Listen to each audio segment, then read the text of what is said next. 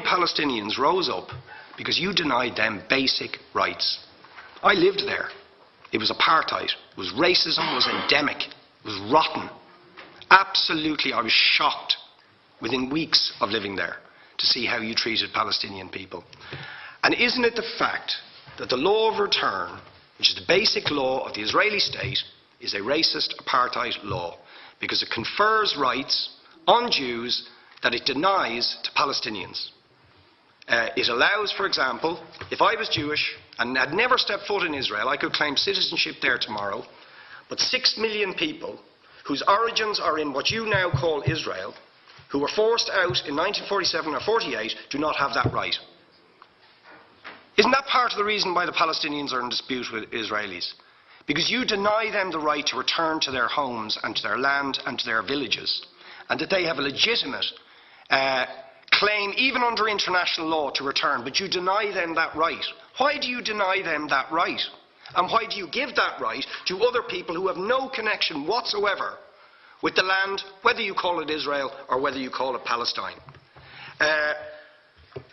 Why do you continue to seize land, if you're serious about Oslo and the two-state solution? Why do you continue to seize land, which under that agreement is land designated to be Palestinian land? 500,000 people, most of which has taken place since Oslo. You allow that to happen.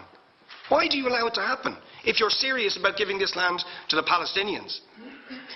It's absolutely extraordinary. And it just, are you not just taking us, Ambassador, for idiots?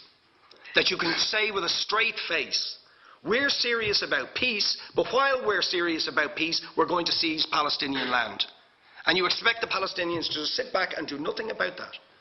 And the world to accept that that is an acceptable way to behave. And you asked earlier on, could we have some constructive solutions? Now you know what the Palestinian people have been asking for.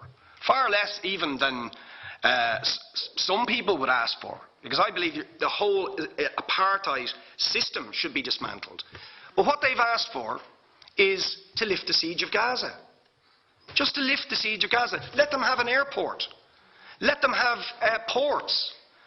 Let them not be dictated to by a government for whom they do not vote as to what can go in and out of their territories, whether they will have power, whether they will have clean water, whether they will have medicine. What makes you think you're allowed to have nuclear weapons and the fourth biggest army in the world and visit destruction on the people of Gaza, but they have no right to defend themselves?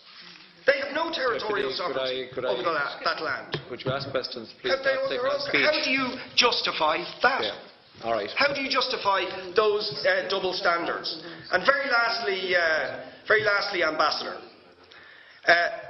people like Bishop Tutu, Nelson Mandela, and I would certainly describe your state as an apartheid state, with different laws for people depending on their race or religion.